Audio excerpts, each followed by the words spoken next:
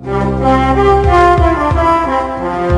want to talk with Pamela Paugh, who is Patsy Ramsey's sister, and she joins us this morning. Good morning, Pamela. Good morning. Your reaction when you heard the news yesterday that there was a suspect in custody in this case? Well, I'll tell you, it was quite a shock. It was a long time in coming, but I sure was happy to hear the news.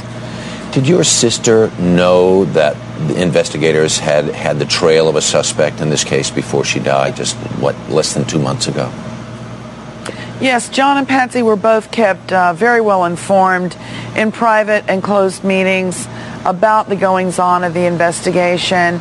And to that end, Patsy would have known very in-depth information about this gentleman that they were looking as a possible suspect. Did she know that they were going to actually make an arrest? She probably had a hint, but I'm sure where she is right now she knows, so we're pleased about that. And have you talked to your brother-in-law? How is he doing?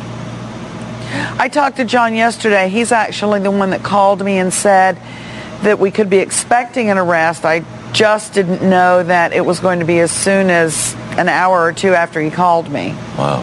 We've seen some pictures now from Thailand of this John Mark Karr. He's said some remarkable things in the last couple of hours, Pamela. I want to share them with you.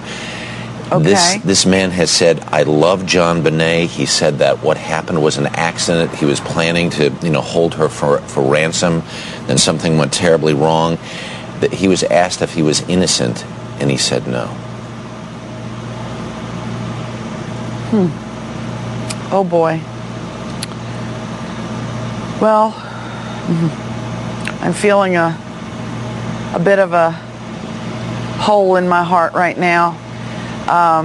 What I would say to him is, I loved her too, but I never harmed her. And if you truly love someone, you can never hold them for ransom, for money, for any reason. If he is confessing, what he did was wrong, and his maker will deal with it, and the courts in the country will deal with it. Yeah. What was it like for this family to live under what even one of the authorities in Boulder called an umbrella of suspicion? Your sister's name, your brother-in-law's, even your nephew's name was dragged through the tabloids for years. What toll did it take on the family? A terrible one. It's a change in life that you don't expect. No one wants it. The only way to get through it is with an extreme amount of faith. And the sad fact of the matter is, Harry, it didn't have to happen. There was complete understanding on our part when Patsy and John, and the rest of us for that matter, were looked into, as they say in law enforcement. There was every reason to believe that should have been done. It was a proper procedure.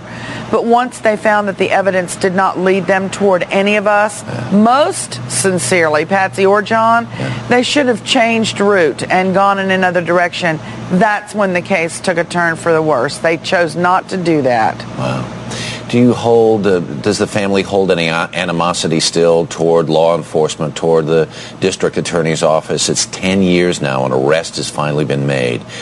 And after all of that anxiety that you all went through and all of the suspicion, do you hold animosity? Do you hold a grudge?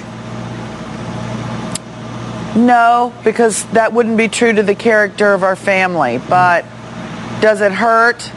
Does it anguish us? Of course it does. No one can go 9.5, almost 10 years of being raked over the coals and not feel like you've been beaten on pretty badly. Pamela, we thank you so much for taking the time to talk to us, and sure, we're glad to be able to share some good news with you this morning. Thank you. Thank you very much, Harry. All right.